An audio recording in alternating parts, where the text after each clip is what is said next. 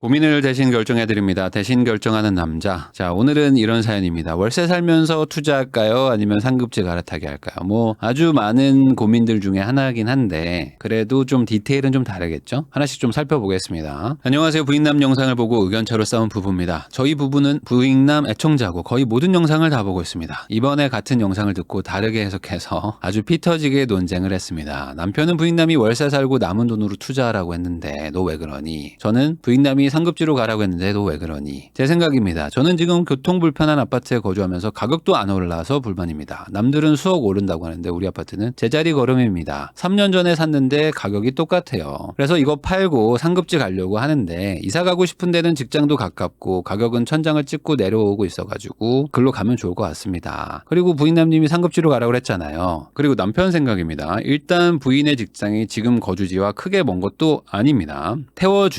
태워주는 거 쉽지 않은데 자차는 2-30분, 버스 타면 넉넉히 1시간입니다. 버스 타면 넉넉히 1시간이 사실 좀 멀긴 멉니다.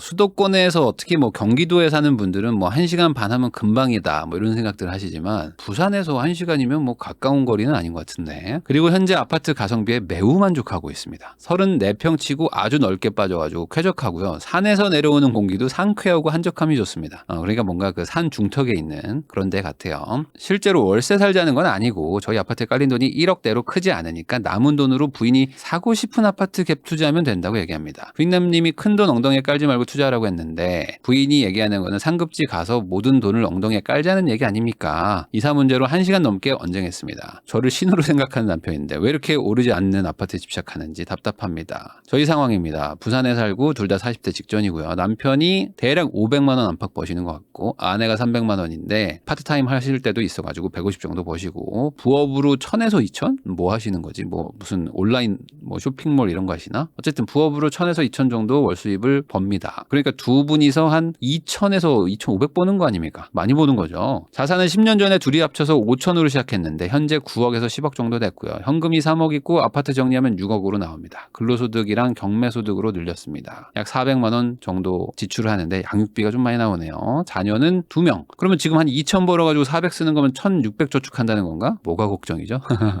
남편뿐 아니라 저도 애청자입니다. 저희 부부는 아이 교육비 말고는 사치성 지출이 영원에 가까울 정도라서 아끼고 소비 습관도 비슷합니다. 근데 집에 대한 의견은 다르네요. 누구 말이 맞습니까? 네, 그러니까 이렇게 두 부부가 잘 만나가지고 결혼하면은 시너지 효과가 나가지고 돈을 많이 벌기도 하는데 저축까지 많이 하시니까 이제 자산이 많이 늘어나고 소득도 탄탄해지신 거죠. 그래서 제가 이제 마음 맞는 사람하고 결혼하라고 맨날 얘기하는데 두 부부는 약간 그런 것 같아요. 자, 그래서 한 70% 정도가 상급지 갈아타라고 했는데 뭐 의견은 뭐 다양합니다. 근데 뭐 그래도 좀 가라 그런 말들이 많았어요. 뭐 행복한 고민, 월 수입이 부럽네요. 항상 이런 분들은 있습니다. 월 수입, 뭐 행복한 고민입니다. 아니 내가 지금 그게 고민이 아닌데 월 수입이 부럽네요. 저라면 그런 고민 안 할 듯요. 뭐 이렇게 얘기하시는 분들이 있는데 이분들이 뭐 날로 먹는 게 아니고 다들 고생해가지고 만든 거니까 부러워하지 말고 우리도 하면 됩니다. 자, 그럼 결론은 뭘까? 이사 가면 됩니다. 자, 근데 보세요. 부인남이 월세 살고 남은 돈으로 투자하라고 그랬고 부인남이 상급지로 가라고 했다. 요 얘기 가지고 서로 싸웠다고 하는데 싸울 일이 아닙니다. 왜 그러냐? 제가 둘 다 말한 거 맞거든요. 저 둘 다 말했습니다. 월세 살면서 투자하라고도 했고 그리고 이제 상급지로 가라고도 했습니다. 근데 왜 그러냐? 저는 한 명이지만 시간이 6년 동안 말한 거죠. 제가 2015년 말 16년에 유튜브 시작했으니까 벌써 6년 차, 7년 차 아닙니까? 그러니까 제가 6년과 7년 정도 걸쳐가지고 여러 얘기를 했을 거 아닙니까? 그러니까 둘 다 얘기한 건 맞죠. 그러니까 이렇게 생각하면 안 되지. 말한 건 맞죠. 자, 시대 상황에 따라서 투자 전략도 달라지는 거기 때문에 그때 상황은 다릅니다. 자, 제가 옛날에 초기에 2016년, 2017년 때 이때는 다주택을 하는 게 아무 문제가 없었고요. 그때 뭘 하는지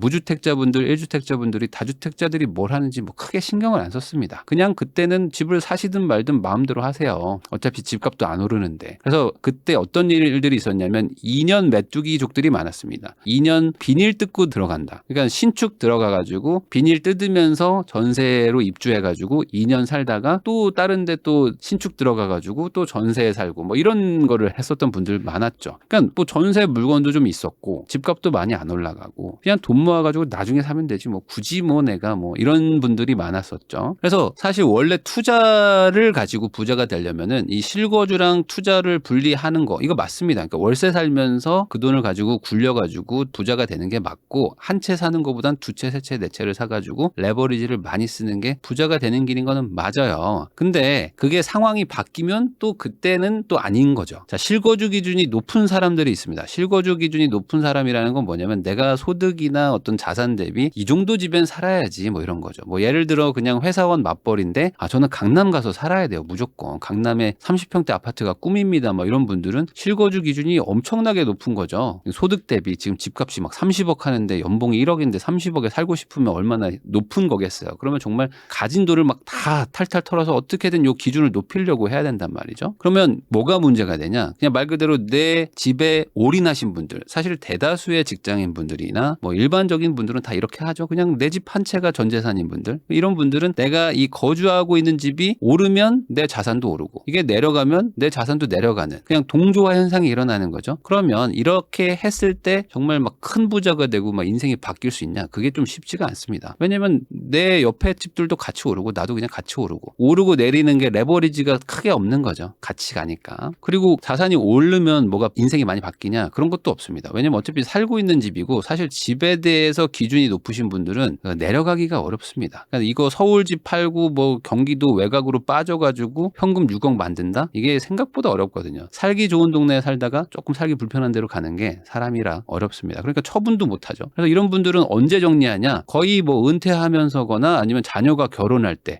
그래도 우리 영식이 한 3억은 해줘야 되는데 그러면 집 정리합시다. 정리하시고 이거 주고 우리는 뭐 어디 경기도나 뭐 강원도 쪽으로 빠져가지고 거기서 사시면서 노년 보내시죠 하면서 작은 집으로 가면서 목돈을 뒤늦게 쥐는 그런 케이스가 거의 대부분이시죠. 그래서 원론적으로만 말하면 부동산으로 뭔가 돈을 투자해서 더 벌고 싶으신 분들은 실거주 한 채를 최소화를 하고요. 이걸 가능한 한 좀 작게 해가지고 본인 능력에서 그래 요 정도면 만족하지 뚝 떼놓고 나머지를 가지고 계속 불려나가야 되는 겁니다. 그래서 여윳돈으로 투자용 자산들을 사 모아야 되는 건 맞는데 이게 2018년도부터는 많이 바뀌었어요. 그때부터 이제 2017년 후반, 2018년도 초반부터 똘똘한 한 채를 사라 막 이런 얘기들 많이 들으셨잖아요. 이게 벌써 4년 전입니다. 그러니까 이때부터 똘똘한 한 채로 가면서 그 뒤로 계속 심해지니까 어떻게 돼요? 정책상 다주택을 못하게 하면서 더 불을 붙여버렸죠. 좋은 한 채를 사야 돼. 두 채 사서 세 채 사서 양도세를 막 얻어맞고 종부세를 막 얻어맞고 취득세를 얻어맞기 시작하니까 똘똘한 거 하나 사자. 그러니까 이제는 투자 전략이 약간 기형적이 된 거죠. 원래라면은 그런 거 아니었고 여러 채를 사가지고 레버리지를 극대화하는 사람이 이기는 거였는데 이제는 그게 아니라 현금을 많이 모아가지고 똘똘한 한 채를 누가 먼저 선점하느냐의 싸움으로 간 거죠. 그러다 보니까 이제 상급지로 이동하라라고 얘기들을 한 겁니다. 왜? 기존의 전략이 통하지가 않는 정책이니까.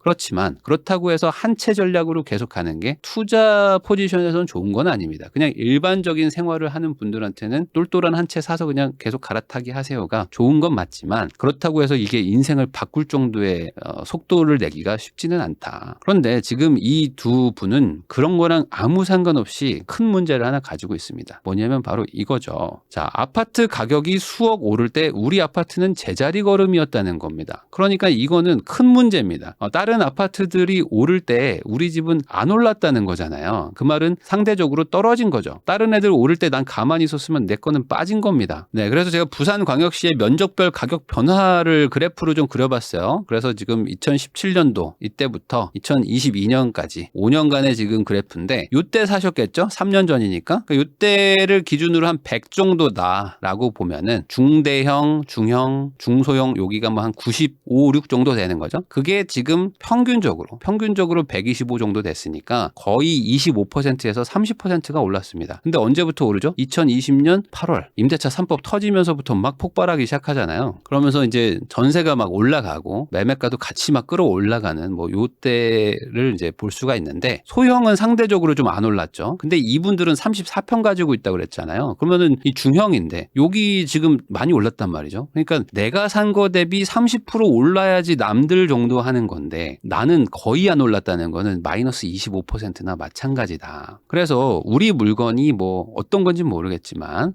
재건축 가능성이 뭐 90%여가지고 지금 막 뭐 재건축 추진 중입니다. 없습니다. 그래서 뭐 이제 뭐 폭발할 것 같아요. 뭐 그런 정도가 아니라면은 이런 상황에서도 우리 게 안 올랐다는 건 도대체 뭘까? 그러면 이 부산 사람들한테는 우리 물건은 그냥 뭐 사실상 관심이 없는 동네가 아닌가라는 거를 고민해 볼 필요는 있습니다.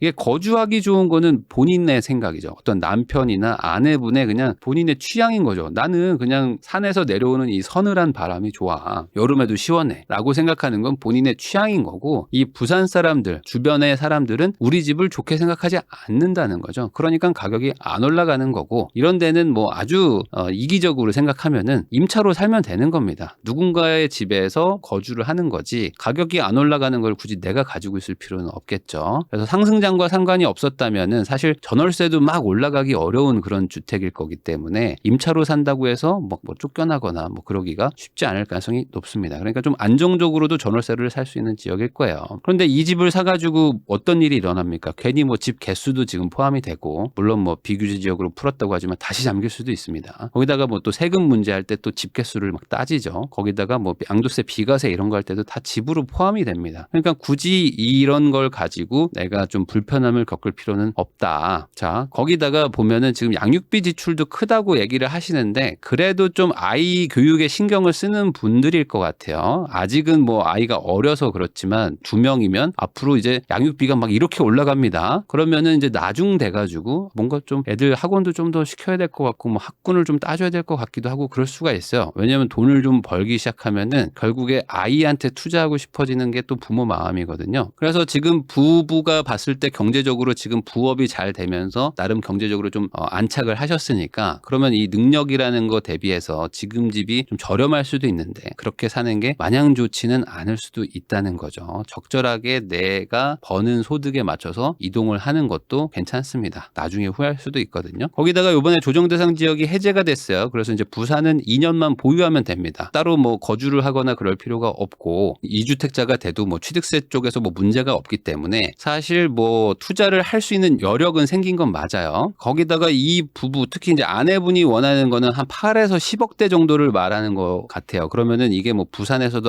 아주 고가의 주택이냐? 중저가는 아니지만 그렇다고 뭐 초고가는 아니기 때문에 이 정도 가는 거는 충분하지 않을까. 그래서 여기를 간다고 해서 실거주하면서 뭐 투자를 아예 못 하느냐? 뭐 그거는 아닌 정도의 소득이신 것 같아요. 그리고 어쨌든 간에 지금 아이도 둘이고 하면은 실거주 8억 정도? 뭐 이 정도면 무리하는 건 아닌 것 같고, 그리고 뭐 여력이 안 되시는 게 아니니까 뭐 한 달에 1,000몇백만 원 저축하시는데 이 정도는 뭐 무리는 아니다. 다만 이제 지금 이 형님이 지금 문제죠. 이 형님이 지금 어디까지 지금 이 형님의 다들 입만 쳐다보고 있는데 이분이 지금 어디까지 얘기하실지 몰라가지고 지금 유례 없는 금리 인상 속도입니다. 이게 지금 그 사상 최대로 빠른 속도더라고요. 그러다 보니까 지금 사람들이 야 이거 어디까지 가는 거야 도대체. 다들 심리가 완전히 지금 얼어붙어가지고 우선 기다려봅시다. 이 형님이 우선 의자 앉을 때까지 기다립시다 이러고 있는 상황이어가지고 뭐 지금 급격하게 막 빨리 가가지고 사야겠다 이런 생각을 하실 필요는 없을 것 같아요. 그래서 30평대 이상으로 아까 그래프도 보여드렸지만 중대형 평수들 위주로 한번 알아보시면서 천천히 계속 동네 돌아다니시면 좋을 것 같습니다. 또 경매도 해보셨다고 하니까 투자적으로 뭐 어느 정도 좀 감도 있으실 테니까 알아보면서 옮기기는 하자. 그리고 지금 부수입으로 1,000에서 2,000 정도 버신다고 하는 걸 봤을 때 제가 봤을 때 이 부부는 뭔가 돈 길을 지금 잡은 것 같거든요. 그러니까 여기를 좀 주수입원으로 하는데 시간을 많이 쏟으시고, 그러니까 이사갈 집 알아보시면서 이 부수입을 주수입으로 바꾸는 그런 작업들을 하시면서 좀 시간을 보내면 또 좋은 일이 일어나지 않을까라고 생각을 합니다.